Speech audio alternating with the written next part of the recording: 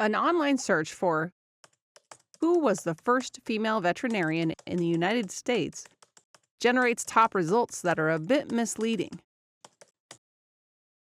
No, it wasn't Dr. Florence Kimball, nor was it Dr. Eleanor McGrath.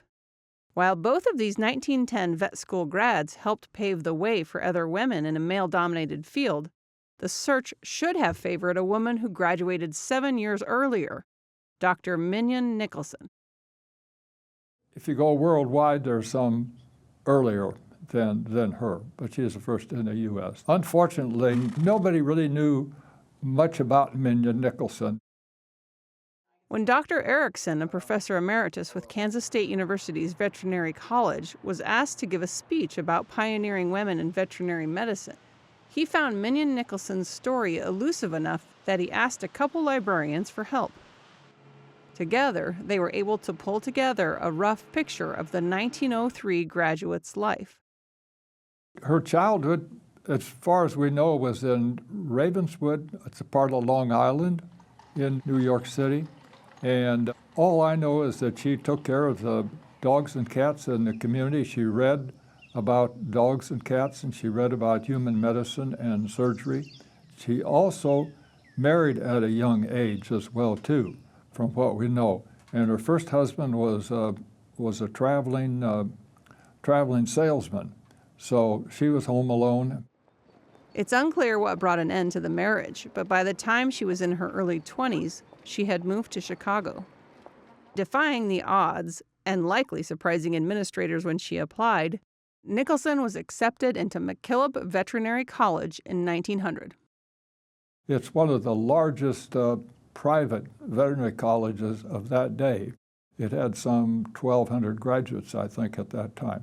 McKillop was probably one of the more progressive schools. The now-defunct Chicago College was co-founded in 1892 by a local horse farrier, Matthew McKillop, who also had a veterinary practice.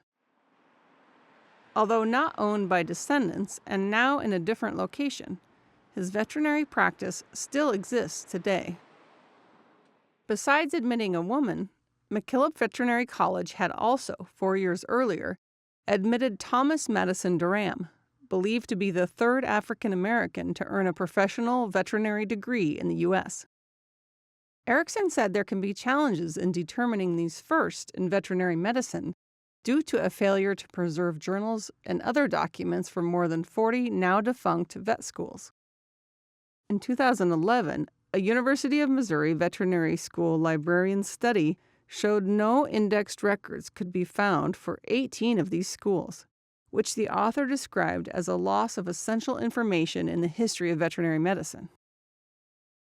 Although most of McKillop College's journals have been lost to history, a handful did survive, including several at the University of Illinois Urbana-Champaign, but they aren't from the years when Nicholson was a student. Erickson did find evidence in a Chicago City directory that Nicholson ran a small animal practice during her first year at McKillop, probably from her home. She added pet boarding during her second year.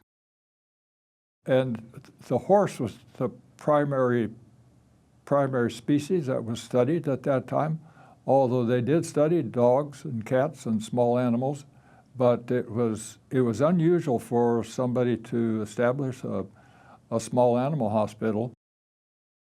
It's possible some of her peers and professors were less than welcoming to a woman. An American Veterinary Medical Association article reported that one of Michigan State University's earliest female vet students, Dr. Dorothy Segal, ran into barriers 3 decades later.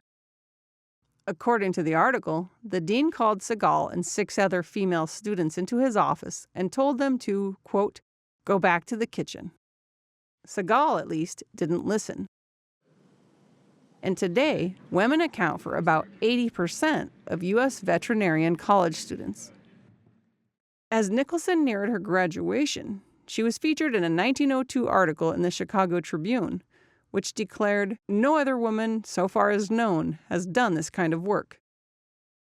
Within 6 months of graduating, in September 1903, she married a man named John Jackson, co-owner of a Chicago restaurant called Becker and Jackson. It's unclear if she continued practicing after her marriage, but later news articles would imply she was struggling with alcohol addiction. Her marriage fell apart. Finally, just 3 years after becoming the first female to earn a veterinarian degree in the U.S., her life came to a tragic end.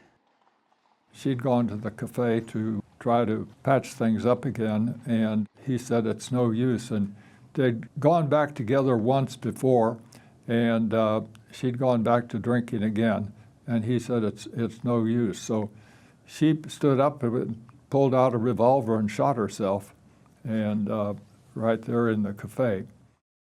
Back then, Dr. Erickson points out, alcohol and mental health treatment was less advanced than today, and her struggles should not diminish her accomplishments.